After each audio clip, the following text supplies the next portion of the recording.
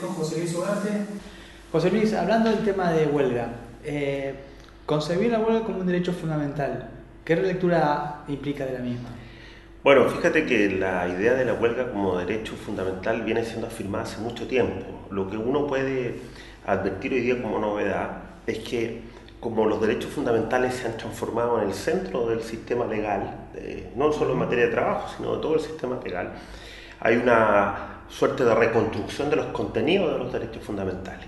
Y en el caso de la huelga eso es muy relevante porque deja de ser mirado como el derecho a dejar de trabajar y comienza a expandirse a nuevas posiciones de protección que implican afectar a terceros, al propio empleador, y por lo tanto hay una suerte de resignificación del contenido del derecho a la huelga, a partir de su consagración como un derecho constitucional de máxima jerarquía, digamos. Y eso genera una serie de debates que están en la doctrina laboral comparada, que son muy interesantes por el contenido del derecho.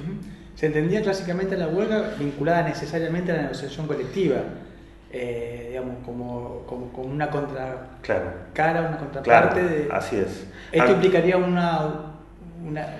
Ahí hay dos tensiones.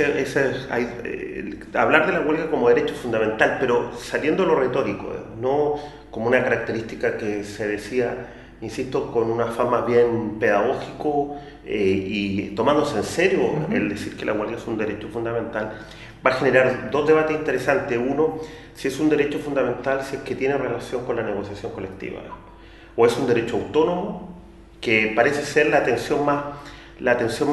atención propia de un sistema constitucional, o se le desvincula y se convierte en un derecho a alterar la producción por las reivindicaciones que se quieran sostener, digamos. Ese es uno de los debates que genera esta relectura, digamos. Y el segundo tiene que ver con el contenido propiamente tal.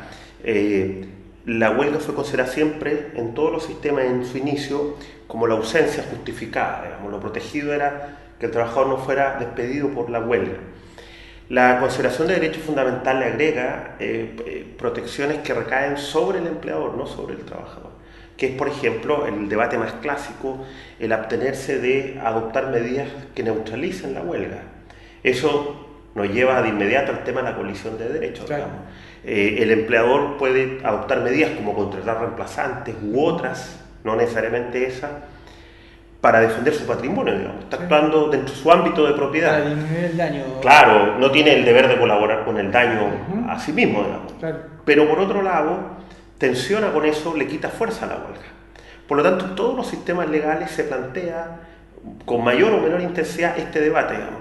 Si la huelga se expande por su carácter de derecho fundamental, comienza a recortar posiciones empresariales que a su turno están sustentadas en otros derechos fundamentales.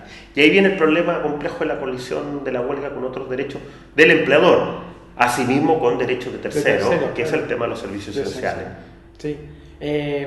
Ustedes en Chile tienen una cuestión muy particular que es el reemplazo de los trabajadores. Claro. Eso tiene que ver con disminuir los daños del empleador. Tú sabes que es interesante ese debate, no solo en Chile, incluso en buena parte de los países europeos existe esa posibilidad y en algunos países latinoamericanos. La cuestión es más bien, independiente de la ley, que en el caso chileno está regulado el reemplazo, el debate es más bien si cuando tú consagras la huelga como derecho fundamental, eso implica para el empleador un deber de no neutralizar la huelga. Si eso es así, entonces todas las conductas, pero no solo el reemplazo, por ejemplo, se ha debatido en la jurisprudencia si el empleador que tiene varias sucursales y una en huelga avisa a los clientes que vayan a las que no están en huelga, si eso vulnera el derecho a huelga. Las comunidades que debaten esto comúnmente llegan a la siguiente conclusión, digamos. La huelga significa el derecho a presionar. Si el empleador puede reaccionar a esa presión, se está afectando la huelga. Y entonces yo creo que las comunidades van hacia debatir, más allá de la prohibición estricta del reemplazo, si es que existe un deber del empresario o del empleador de no neutralizar la acción. O sea, que lo único que tendría que hacer el empresario es mantenerse en una posición pasiva, digamos, soportando el daño. Esa es más o menos la lógica. No colaborando con el daño, pero soportándolo. Digamos. Si tú comprendes que la huelga es un derecho fundamental, ese debate es inevitable. Ahora, comúnmente lo que va a ocurrir es que el legislador interviene, como el caso argentino, prohibiéndola, o como el caso chileno, permitiendo el reemplazo. Pero en ambos casos queda todo un debate pendiente acerca de, más allá del reemplazo, que ocurre con otras acciones que a veces hoy día son incluso más relevantes que el reemplazo de un trabajador por otro. El caso que se ha debatido en otros sistemas o otras tradiciones es el uso de la tecnología, por ejemplo.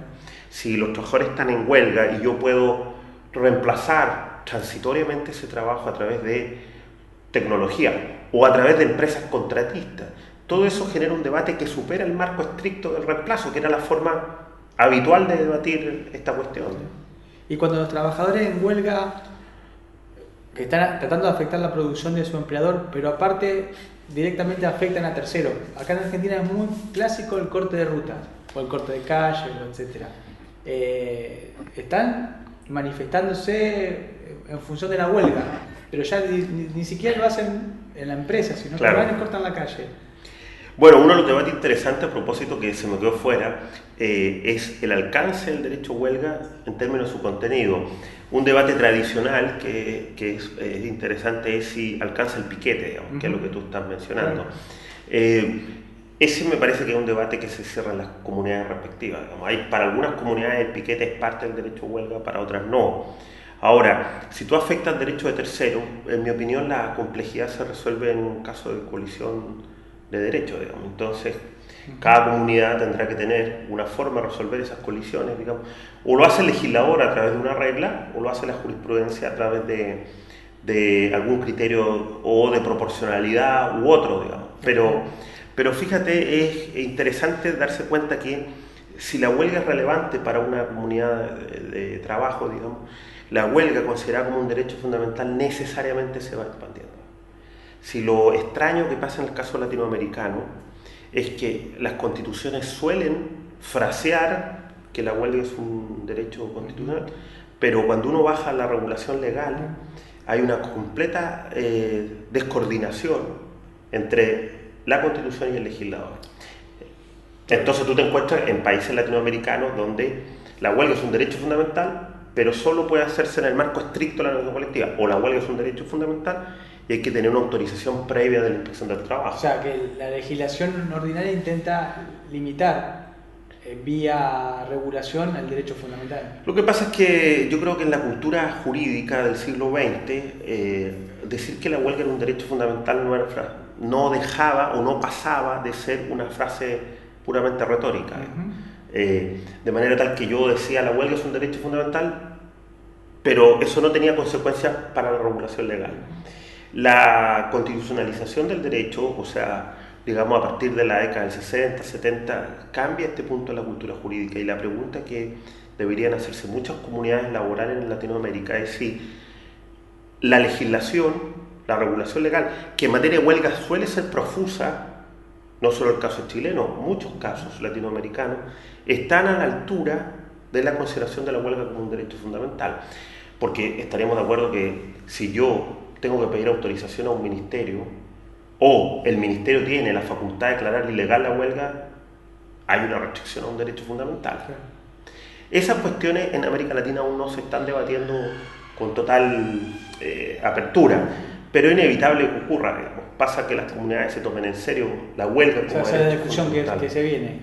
En mi opinión sí, te insisto, en la América Latina, si uno observara bajo la lupa de la proporcionalidad, por ejemplo, buena parte de las regulaciones legales, las conciliaciones previas, por ejemplo, antes de ejercer la huelga, agotar todas las etapas administrativas y de conciliación, todas esas regulaciones, miradas bajo la lupa de incluso la proporcionalidad, del principio de proporcionalidad, están bajo una sospecha, en mi opinión, relevante en materia de vulneración del derecho a huelga.